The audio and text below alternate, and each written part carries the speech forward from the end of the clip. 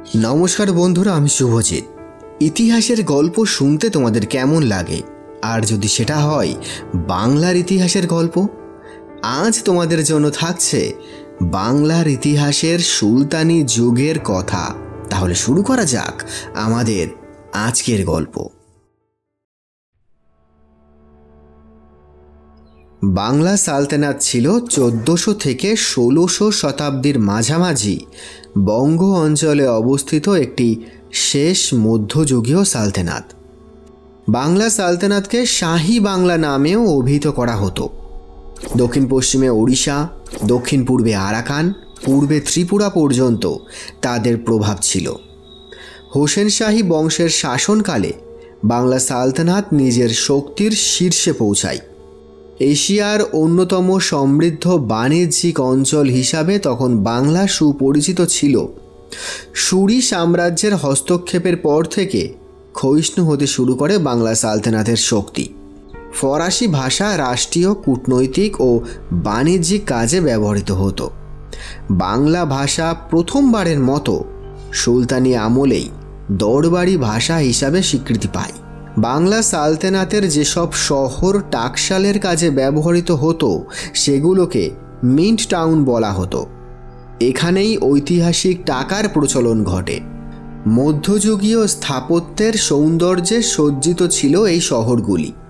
ষোড়শ শতাব্দীতে রাজধানী শহর গৌড় ছিল পৃথিবীর পঞ্চম জনবহুল নগরী। অর্থনৈতিক কেন্দ্র সোনারগাঁও, মসজিদের শহর বাগেরহাট এবং সমুদ্র বন্দর ও বাণিজ্য কেন্দ্র চট্টগ্রাম ছিল বাংলা সালতানাতের গুরুত্বপূর্ণ শহর। সমসাময়িক ইউরোপীয় এবং চৈনিক পরিব্রাজকদের বর্ণনায় বাংলাকে সম্পদশালী রাজ্য হিসাবে উল্লেখ করা হয়েছে। প্রচুর পণ্য সম্ভার এবং বৈচিত্র্যের কারণে তখন বাংলাকে ব্যবসা বাণিজ্যের শ্রেষ্ঠ দেশ হিসাবে বর্ণনা করা হতো। বাংলার ইতিহাসে স্বাধীন মুসলিম শাসিত রাষ্ট্রগুলির মধ্যে বাংলা সালতানাত ছিল সর্ববৃহৎ এবং সবচেয়ে প্রতিপত্তিশালী। ইখতিয়ার উদ্দিন মোহাম্মদ বিন বখতিয়ার খলজি ছিলেন একজন তুর্কি সেনাপতি। বখতিয়ার খলজি ঘুরি শাসক মোহাম্মদ ঘুরির সেনাপতি ছিলেন। তৎকালীন বাংলায় রাজা লক্ষণ সেন বাংলার রাজধানী নদিয়ায় অবস্থান করছিলেন, আর নদিয়া ছিল বহিঃশত্রুর আক্রমণ থেকে সবচেয়ে সুরক্ষিত অঞ্চল। লক্ষণ সেনের ধারণা ছিল যে ঝাড়খণ্ডের সাপদ সংকুল অরণ্য দিয়ে কোনো সৈন্যবাহিনীর পক্ষে নদিয়া আক্রমণ করা সম্ভব নয়, কিন্তু বখতিয়ার সেই পথেই তার সৈন্যবাহিনীকে নিয়ে আসেন।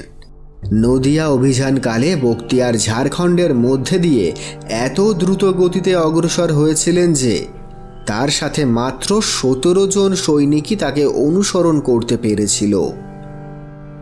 বখতিয়ার খলজি অতর্কিতে আক্রমণ চালিয়ে সহজেই রাজপ্রাসাদ দখল করতে পেরেছিলেন। রাজা লক্ষণ সেন নৌপথে তার রাজধানী বিক্রমপুরে পালিয়ে যেতে সক্ষম হয়েছিলেন। বখতিয়ার খলজি স্বল্প সময়ের জন্য নদিয়ায় অবস্থান করেন এবং পরে তিনি গৌড়ের দিকে যাত্রা করেন। তিনি 601 হিজরিতে বা 1205 খ্রিস্টাব্দে বিনা বাধাই গৌড় জয় করেন এবং লখনৌতি নাম দিয়ে সেখানে তার রাজধানী স্থাপন করেন। পূর্বে গৌড়ের নাম ছিল লক্ষণাবতী। বখতিয়ার খলজির জীবনের শেষ উল্লেখযোগ্য কাজ তিব্বত অভিযান। 10,000 অশ্বারোহী সৈন্য নিয়ে 1206 খ্রিস্টাব্দের প্রথম দিকে দেবকোট থেকে বেগমতী নদী বরাবর যাত্রা করেন। তিনি প্রাচীন একটি সেতুর মাধ্যমে নদী অতিক্রম করে পার্বত্য এলাকার দিকে অগ্রসর হন। সেখানে স্থানীয় লোকদের সাথে তার যুদ্ধ হয়। যুদ্ধে তিনি ভীষণভাবে ক্ষতিগ্রস্ত হন এবং অবশেষে প্রত্যাবর্তন করার সিদ্ধান্ত গ্রহণ করেন। দেবকোটে বখতিয়ার খলজি অসুস্থ হয়ে পড়েন এবং অসুস্থ অবস্থায় তার মৃত্যু হয়। মিনহাজুস সিরাজের বর্ণনা অনুসারে তিনি আলী মর্দান খলজি কর্তৃক ছুরির আঘাতে 1206 খ্রিস্টাব্দে নিহত হন। দক্ষিণ দিনাজপুর জেলার নারায়ণপুরের পীরপাল গ্রামে তার সমাধিস্থল রয়েছে। ইখতিয়ার উদ্দিন মোহাম্মদ বিন বখতিয়ার খলজি সংক্রান্ত সকল তথ্যই ঐতিহাসিক মিনহাজউদ্দিন সিরাজের তবাকাত-ই নাসিরি গ্রন্থ থেকে সংগৃহীত। মিনহাজ বখতিয়ারের মৃত্যুর প্রায় 40 বছর পর বাংলায় গিয়ে বাংলা বিজয়ের যে কাহিনী শুনেছিলেন তাই মূলত লিপিবদ্ধ করেছেন এবং তার উপর ভিত্তি করেই ইতিহাস রচিত হয়েছে। 1193 সালে নালন্দা বিশ্ববিদ্যালয়ের পুরোপুরি ধ্বংস করার জন্য খলজিকে দায়ী করা হয়। সেই সময় দিল্লির সুলতান ইলতুৎমিশ বাংলাকে দিল্লির প্রত্যক্ষ নিয়ন্ত্রণে রাখতে তার ছেলে নাসিরউদ্দিন মাহমুদকে বাংলা পাঠান। 1225 খ্রিস্টাব্দে ইলতুৎমিশ বাংলাকে দিল্লির একটি অংশ হিসাবে ঘোষণা করেন। দিল্লি সালতানাত নিয়োজিত গভর্নরদের মাধ্যমে বাংলা শাসনের চেষ্টা করেছিলেন, কিন্তু দিল্লি থেকে বাংলার বিস্তর ভৌগোলিক দূরত্বের কারণে তাতে সফলতা মেলেনি। বরং উচ্চাকাঙ্ক্ষী গভর্নররা বিদ্রোহ করে স্বাধীন শাসকের মর্যাদা নিয়ে বাংলা শাসন করেছেন। দিল্লি সালতানাতের সেনাবাহিনীর হাতে তাদের দমন করা হলেও এসব বিদ্রোহীদের মধ্যে জুজবক শাহ, তুগরল খান ও শামসুদ্দিন ফিরোজ শাহ এর মতো দক্ষ শাসকরা উপস্থিত ছিল। বিশেষ করে শামসুদ্দিন ফিরোজ শাহ সিলেট জয় করে পূর্ব ও দক্ষিণ পশ্চিম বাংলায় শক্তিশালী শাসন ব্যবস্থা কায়েম করেছিলেন। 1325 সালে দিল্লির সুলতান গিয়াসউদ্দিন তুগলক পুরো বাংলা প্রদেশকে পুনর্গঠিত করতে 3টি প্রশাসনিক অঞ্চলে ভাগ করেন: সোনারগাঁও বা পূর্ব বাংলা, গৌড় বা উত্তর বাংলা এবং সাতগাঁও বা দক্ষিণ বাংলা। কিন্তু এই ব্যবস্থাও টেকেনি। 1338 সালের মধ্যে এই 3টি অঞ্চলের স্বাধীন সুলতানের উত্থান ঘটে। সোনারগাঁওয়ে ফখরুদ্দিন মোবারক শাহ, গৌড়ে আলাউদ্দিন আলী শাহ এবং সাতগাঁওয়ে শামসুদ্দিন ইলিয়াস শাহ। 1340 সালে ফখরুদ্দিন চট্টগ্রাম দখল করে এবং 1349 সালে তার পুত্র ইখতিয়ার উদ্দিন গাজী শাহ ক্ষমতায় আসেন। অন্যদিকে শামসুদ্দিন ইলিয়াস শাহ আলাউদ্দিন আলী শাহকে পরাজিত করে গৌড়ের নিয়ন্ত্রণ নেন। তারপর সোনারগাঁওয়ের ইখতিয়ার উদ্দিনকে হারিয়ে দেন। 1352 সালের মধ্যে বাঙালি সুলতানদের মধ্যে শামসুদ্দিন ইলিয়াস শাহ বা ইলিয়াস শাহ বিজয়ী হিসাবে আত্মপ্রকাশ করেন। ইলিয়াস শাহ পান্ডুয়াতে তার রাজধানী স্থাপন করেন। তিনি গঙ্গা, ব্রহ্মপুত্র ও মেঘনা নদীর বদ্বীপ একত্রিত করে বাংলা সালতানাত প্রতিষ্ঠা করেন। ইলিয়াস শাহী বংশ মধ্যযুগে বাংলার প্রথম স্বাধীন রাজবংশ, যা বাংলাকে 14 ও 15 শতকে শাসন করেছে। শামসুদ্দিন ইলিয়াস শাহ যদিও তার রাজধানী পান্ডুয়াতে স্থাপন করেন, পরবর্তীতে 1453 সালে নাসিরউদ্দিন মেহমুদ শাহ সেই রাজধানীকে লখনৌতিতে স্থাপন করেন। শামসুদ্দিন ইলিয়াস শাহ 14 শতকে বাংলার সিংহাসন দখল করেন। তখন ছিল বাংলায় মুসলিম শাসনকাল। তার প্রধান সাফল্য হল তিনি দিল্লির সুলতানদের কবল থেকে বাংলার স্বাধীনতা বজায় রাখেন। তার শাসনামলে দেশীয় ভাষা, সাহিত্য, পণ্ডিত ও কবিদের সমাদর বাড়ে। ইলিয়াস শাহ বাংলাদেশে ইরানের সিজিস্তান থেকে আগত এক উদ্বাস্তু ছিলেন। তিনি প্রাথমিক জীবনে বাংলায় নিযুক্ত দিল্লির গভর্নর আলী শাহের সিলাহদার ছিলেন।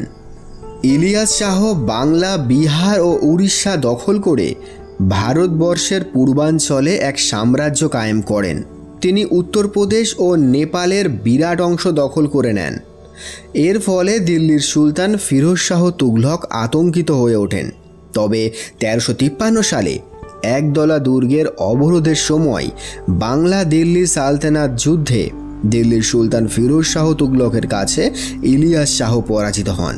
বাংলা দিল্লির সুলতানকে কর দেওয়ার প্রতিশ্রুতি দেয়। ইলিয়াস শাহ বিহার ও উড়িষ্যা অঞ্চল দুটো হারিয়ে ফেলেন, কিন্তু তিনি বাংলার স্বাধীনতা রক্ষা করতে সক্ষম হন। তার পুত্র ও উত্তরসূরি সিকান্দার শাহ 1359 সালে একদলা দুর্গের দ্বিতীয় অবরোধের সময় দিল্লির সুলতান ফিরোজ শাহ তুগলককে পরাজিত করেন। দিল্লি ও বাংলার মধ্যে একটি শান্তি চুক্তি স্বাক্ষরিত হয়। যেখানে দিল্লি বাংলার স্বাধীনতা স্বীকার করে। ফিরোজ শাহ তুগলক সিকান্দার শাহকে আনুমানিক ৮০,০০০ টাকার একটি সোনার মুকুট উপহার দেন। এই শান্তি চুক্তি ২ শতাব্দীর জন্য বাংলার স্বাধীনতা নিশ্চিত করে। সিকান্দার শাহের রাজত্ব ৩ দশক স্থায়ী হয়। তার রাজত্বকালে আদিনা মসজিদ নির্মিত হয়। মসজিদের নকশা দামেস্কের বিখ্যাত মসজিদের আদলে করা হয়। গিয়াসউদ্দিন আজম শাহ পান্ডুয়ার পাশাপাশি মধ্য বাংলার শহর সোনারগাঁওয়ে তার দরবার অনুষ্ঠিত করতেন। চীনা দূতদের ভ্রমণ বিবরণে উল্লেখ আছে যে সুলতান সোনারগাঁওয়ের নদীবন্দরের কাছে একটি প্রাসাদে বাস করতেন। নদীবন্দরের মাধ্যমে চীন, দক্ষিণ পূর্ব এশিয়া এবং মধ্যপ্রাচ্যের সাথে জাহাজ চলাচলের সংযোগ ছিল। ১৪০৬ সালে মা হুয়ান সোনারগাঁওকে একটি বড় মহানগর হিসাবে বর্ণনা করেন। অন্যান্য চীনা দূতেরা একটি দুর্গ প্রাচীর বেষ্টিত শহরের বিবরণ দিয়েছেন। সোনারগাঁও ছিল সুফি শিক্ষা ও ফরাসি সাহিত্য কেন্দ্র। ১৫ শতকের শুরুর দিকে ইলিয়াস শাহী বংশকে প্রতিযোগিতার মুখে ফেলেছিলেন একজন শক্তিশালী হিন্দু জমিদার রাজা গণেশ। ১৪১৫ সালে ইলিয়াস শাহী বংশকে পরাজিত করে রাজা গণেশ রাজ্য দখল করে নেন। রাজা গণেশের ছেলে যদু ইসলাম ধর্ম গ্রহণ করে জালালউদ্দিন মোহাম্মদ শাহ নাম ধারণ করেন এবং পিতার উত্তরসূরি হন। তিনি একজন আরাকানি রাজাকে আরাকান পুনর্দখল করতে সাহায্য করেছিলেন। পাশাপাশি জালালউদ্দিন ফতেহাবাদ দখল করেন। তাঁর ছেলে শামসুদ্দিন আহমেদ শাহ পরবর্তীকালে ইন্তেকাল করলে শামসুদ্দিন ইলিয়াস শাহের উত্তরসূরি নাসির উদ্দিন মাহমুদ শাহ পুনরায় ইলিয়াস শাহী বংশ প্রতিষ্ঠা করেন ১৪৩২ সালে। ইলিয়াস শাহী বংশের শেষ উত্তরসূরি জালালউদ্দিন ফতেহ শাহ তার সেনাপতির হাতে নিহত হলে ইলিয়াস শাহী বংশের সমাপ্তি ঘটে। ফতেহ শাহের স্ত্রী সুলতানা তার একমাত্র পুত্র সন্তানকে নিয়ে পূর্ব দিকে লোকচক্ষুর আড়ালে চলে যান। চীনা দূত মা হুয়ান সেই সময়ে তার ভ্রমণ বিবরণে পান্ডুয়া শহরের বর্ণনা করেন। তার বর্ণনায় উল্লেখ আছে, শহরের দেওয়ালগুলি খুবই দর্শনীয়, বাজারগুলি সুসজ্জিত, পাশাপাশি দোকানগুলি সুশৃঙ্খল সারিতে স্তম্ভগুলি সাজানো, নানা ধরনের দ্রব্যে পরিপূর্ণ। পান্ডুয়া কাপড় ও ওয়াইন রপ্তানির একটি কেন্দ্র ছিল। কমপক্ষে ৬ ধরনের সূক্ষ্ম মসলিন ও ৪ ধরনের ওয়াইন পাওয়া যেত পান্ডুয়াতে। পান্ডুয়ায় তুঁত গাছের ছাল থেকে উন্নতমানের কাগজ তৈরি করা হতো। ১৪৫০ সালে সুলতান মেহমুদ শাহ বাংলার রাজধানী পান্ডুয়া থেকে গৌড়ে স্থানান্তর করেন।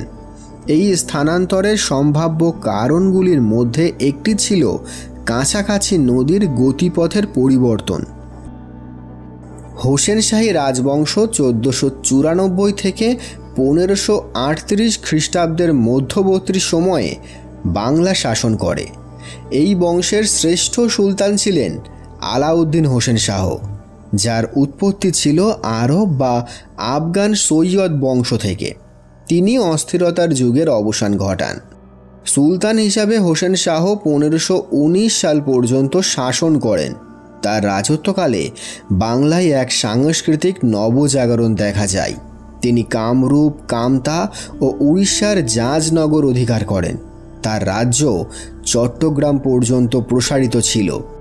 আলাউদ্দিন হোসেন শাহের রাজত্বকালেই চট্টগ্রামে পর্তুগিজ বণিকদের আনাগোনা শুরু হয়। হোসেন শাহী বংশের শাসনামলে মুসলিম ও হিন্দুরা যৌথভাবে রাজকীয় প্রশাসনের দায়িত্ব পালন করে। এই যুগকে প্রায়শই বাংলা সালতানাতের স্বর্ণযুগ হিসাবে বিবেচনা করা হয়, যেখানে বাঙালি অঞ্চলগুলির মধ্যে ছিল আরাকান, উড়িষ্যা, ত্রিপুরা ও আসামের অংশবিশেষ। বাবরের ভারত অভিযানকালে নাসির উদ্দিন নুসরাত শাহ আফগান নেতাদের আশ্রয় দিয়েছিলেন, যদিও তিনি নিজে নিরপেক্ষ থাকেন। নুসরত শাহ বাবরের সঙ্গে চুক্তি করে বাংলাকে বাবরের অভিযানের হাত থেকে রক্ষা করেন। নাসির উদ্দিন নুসরাত শাহের অধীনে সালতানাত মিথিলা অঞ্চলে প্রবেশ করে এবং ঐনিবার রাজবংশকে ১৫২৬ সালে সংযুক্ত করে। যুদ্ধে ঐনিবার রাজবংশের শাসক লক্ষণ সিংহকে হত্যা করা হয়। গিয়াসউদ্দিন মাহমুদ শাহ এই বংশের শেষ সুলতান, যিনি গৌড় থেকে রাজ্য শাসন করতেন। উত্তর পশ্চিম সীমান্ত অঞ্চল থেকে আফগান শক্তির সঙ্গে যুদ্ধ করতে হয়। 1538 সালে আফগানরা গৌড় অধিকার ও লুণ্ঠন করে। এরপর মুঘল আগ্রাসনের পূর্বে কয়েক দশক তারা গৌড়েই বসবাস করেছিলেন। অনেক পর্তুগিজ বণিকের বসবাসের প্রমাণ পাওয়া যায় বাংলা সালতানাতের রাজধানী গৌড়ে। পর্তুগিজদের সমসাময়িক বিভিন্ন ঘটনা প্রবাহ গৌড়েই রূপায়িত হতো। পর্তুগিজরা গৌড়ের বিস্তারিত বিবরণ দিয়েছেন। তারা লিসবনের সাথে গৌড়ের সমৃদ্ধির তুলনা করেছেন। শহরটির মধ্যে ছিল একটি দুর্গ, একটি রাজপ্রাসাদ ও দরবার, মসজিদ, ধনীদের জন্য বাড়ি এবং জমজমাট বাজার। পর্তুগিজ ইতিহাসবিদ কাস্টেন হাডা দে লোপেজ গৌড়ের ঘরগুলিকে অলংকারিক ফ্লোর টাইলস, উঠান এবং বাগান সহ একতলা হিসাবে বর্ণনা করেছেন। গৌড় ছিল আঞ্চলিক রাজধানীর কেন্দ্র। চট্টগ্রাম বন্দরটি জলদস্যুদের দ্বারা পূর্ণ ছিল, যারা বাংলার বিরুদ্ধে আরাকানিদের সাথে মিত্রতা করেছিল। মুঘল সাম্রাজ্যের সাথে সংযুক্তি ছিল একটি ধীর গতির প্রক্রিয়া। প্রথম মুঘল সম্রাট বাবর ঘরঘরার যুদ্ধে সুলতান নাসির উদ্দিন নুসরত শাহের নেতৃত্বে বাংলার বাহিনীকে পরাজিত করার মাধ্যমে এই প্রক্রিয়া শুরু হয়েছিল। দ্বিতীয় মুঘল সম্রাট হুমায়ুন শের শাহ সুরির আক্রমণের সময় বাংলার রাজধানী গৌড় দখল করে নিয়েছিলেন। শের শাহ সুরি বাংলা জয় করতে সফল হন এবং গ্র্যান্ড ট্রাঙ্ক রোড সংস্কার শুরু করেন। সুরি সরকার বাংলার শাসনের জন্য পরপর গভর্নর নিয়োগ করেন। ইসলাম শাহ সুরির মৃত্যুর পর তৃতীয় গভর্নর মোহাম্মদ খান সুরি স্বাধীনতা ঘোষণা করেন এবং বাংলা সালতানাত পুনঃপ্রতিষ্ঠা করেন। কররানী রাজবংশ সুলতান তাজ খান কররানীর দ্বারা 1564 সালে স্থাপিত হয়। কররানীরা আফগান বংশোদ্ভূত ছিলেন। এটি বাংলা সালতানাতের শেষ রাজবংশ। তাজ খান পূর্বে আফগান সম্রাট শের শাহ সুরির একজন কর্মচারী ছিলেন। 1562 থেকে 64 সাল পর্যন্ত তাজ খান দক্ষিণ পূর্ব বিহার ও পশ্চিম বাংলা দখল করেন। বাংলার তৎকালীন সুলতানের হত্যার পর তিনি বাংলার ক্ষমতা লাভ করেন। সোনারগাঁওয়ে তার রাজধানী ছিল। তাজ খানের পর সুলায়মান খান কররানী সুলতান হন। 1565 সালে তিনি রাজধানী গৌড় থেকে তান্ডায় নিয়ে আসেন। সুলায়মান খান উড়িষ্যাকে স্থায়ীভাবে কররানী শাসনের অন্তর্ভুক্ত করেন। তিনি মুঘল সম্রাট আকবরের সার্বভৌমত্ব স্বীকার করে নেন। তার প্রধানমন্ত্রী লোদি খান মোগলদের উপহার সামগ্রী প্রদান করেন। কুচবিহার থেকে পুরী এবং সোন নদী থেকে ব্রহ্মপুত্র পর্যন্ত সুলায়মান খানের কর্তৃত্ব ছিল। 1572 খ্রিস্টাব্দের 11 অক্টোবর সুলায়মান কররানীর মৃত্যু হয়। 1573 খ্রিস্টাব্দে দাউদ খান কররানীকে বাংলার সিংহাসনে অভিষিক্ত করা হয়। দাউদ তার ভাইয়ের স্বাধীন নীতি অনুসরণ করে নিজের নামে খুপ্তা পাঠ ও মুদ্রার প্রচলন করেন। দাউদ খান কররানী উত্তরাধিকার সূত্রে একটি বিশাল সৈন্যবাহিনী ও বিপুল ধনসম্পত্তি লাভ করেন। এর সাহায্যে তিনি আকবরের বিরুদ্ধাচারণ করেন এবং গাজীপুরের নিকট জামানিয়া অবরোধ করেন। 1574 সালের 25 সেপ্টেম্বর মোগল সেনাপতি মুমিন খান কররানীদের রাজধানী তান্ডা জয় করেন। 1575 সালে 3রা মার্চ তুকারায়ের যুদ্ধে উড়িষ্যার বালেশ্বর জেলার তুকারয় গ্রামে মুঘল সাম্রাজ্য ও বাংলার সুলতানদের মধ্যে সংঘটিত হয়। এরপর শেষ কররানী সুলতান দাউদ খান কররানী উড়িষ্যার দিকে সরে যায়। যুদ্ধের পর কটকের সন্ধি নামে সন্ধি স্বাক্ষরিত হয়। এর ফলে দাউদ খানকে বাংলা ও বিহার হারাতে হয় এবং শুধুমাত্র উড়িষ্যা তার হাতে থেকে যায়। 1575 সালের অক্টোবরে মুনিম খান 80 বছর বয়সে মৃত্যুবরণ করলে সন্ধি ভেঙে যায়। দাউদ খান এই সুযোগে বাংলা আক্রমণ করেন এবং আকবরের কাছ থেকে স্বাধীনতা ঘোষণা করেন। 1576 সালের 12 জুলাই রাজমহলের যুদ্ধে কররানীরা পরাজিত হয়। এতে প্রথম খান জাহান মোগলদের সেনাপতি ছিলেন। দাউদ খানকে হত্যা করা হয়। তবে 12 ভূঁইয়া বলে পরিচিত স্থানীয় জমিদাররা মোগল সাম্রাজ্যের বিরুদ্ধে প্রতিরোধ অব্যাহত রাখে। পরবর্তীতে 1612 সালে সম্রাট জাহাঙ্গীরের সময় বাংলা চূড়ান্তভাবে মোগল প্রদেশে পরিণত হয়। পূর্বের বদ্বীপীয় ভাটি অঞ্চল 17 শতকের গোড়ার দিকে মুঘল সাম্রাজ্যের অন্তর্ভুক্ত হওয়ার আগে পর্যন্ত মুঘল নিয়ন্ত্রণের বাইরে ছিল। এই বদ্বীপটি সালতানাতের সাবেক 12 জন অভিজাত ব্যক্তির একটি ফেডারেশন দ্বারা নিয়ন্ত্রিত হতো, যারা 12 ভূঁইয়া নামে পরিচিত ছিলেন। বাংলা সালতানাত ছিল রাজতান্ত্রিক। বাংলা সালতানাতের একটি গুরুত্বপূর্ণ বৈশিষ্ট্য ছিল টাকশাল শহর। শহরগুলি রাজকীয় রাজধানী এবং প্রাদেশিক রাজধানীর অন্তর্ভুক্ত ছিল, যেখানে টাকার মুদ্রা তৈরি করা হতো। সাম্রাজ্যের প্রসারণের সাথে ধীরে ধীরে টাকশাল শহরের সংখ্যা বেড়েছে। সুলতানদের একটি সুসংগঠিত সৈন্যবাহিনী ছিল, যার মধ্যে ছিল অশ্বারোহী, আর্টিলারি, পদাতিক ও যুদ্ধ হাতি এবং একটি নৌবাহিনী।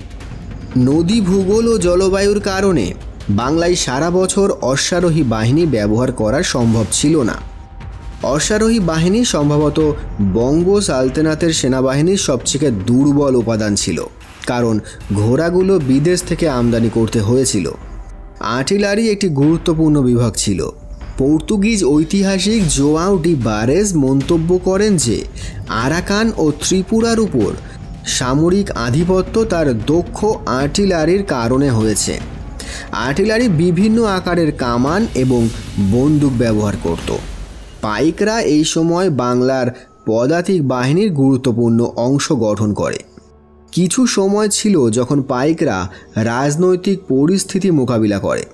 তীর, ধনুক, বন্দুক ব্যবহার করা পদাতিক সৈন্যদের বিশেষ যুদ্ধ বাবরের মনোযোগ আকর্ষণ করে। যুদ্ধ হাতি বাংলার সেনাবাহিনীতে এক গুরুত্বপূর্ণ ভূমিকা পালন করে। যুদ্ধের সামগ্রী বহন করা ছাড়াও সশস্ত্র সৈন্যদের চলাচলের জন্য হাতি ব্যবহার করা হয়। নদী বাংলায় হাতির উপকারিতা খুব ধীর হলেও কমানো যায়নি। নদী বাংলায় নৌবাহিনী প্রধান প্রয়োজন ছিল। প্রকৃতপক্ষে অশ্বারোহী বাহিনী 6 মাসের জন্য এই দেশ টিকিয়ে রাখা নিশ্চিত করতে পারে। অন্যদিকে পাইকদের সমর্থিত নৌকাগুলো বছরের বাকি অর্ধেক সময় ধরে আধিপত্যের আদেশ দিতে পারে। হুসেন শাহী রাজবংশের সময় নৌবাহিনীর দক্ষতা হ্রাস করা হয়। নমস্কার বন্ধুরা, আমি শুভজিৎ। পশ্চিমবঙ্গের সুলতানি আমলের ইতিহাস জেনে তোমাদের কেমন লাগলো অবশ্যই জানিও। যদি ভিডিওটা ভালো লেগে থাকে তাহলে একটা লাইক করে দিও। আর তোমরা অনেকেই এই চ্যানেলের নিয়মিত দর্শক বন্ধু, কিন্তু এই চ্যানেলটিকে সাবস্ক্রাইব করো না। তাদেরকে বলবো চ্যানেলটিকে সাবস্ক্রাইব করে প্লিজ আমার পাশে থেকো। দেখা হবে খুব তাড়াতাড়ি আবার একটা নতুন ভিডিওর সাথে। ভালো থেকো, সুস্থ থেকো এবং ক্রিয়েটিভ সোলের সাথে থেকো। ধন্যবাদ।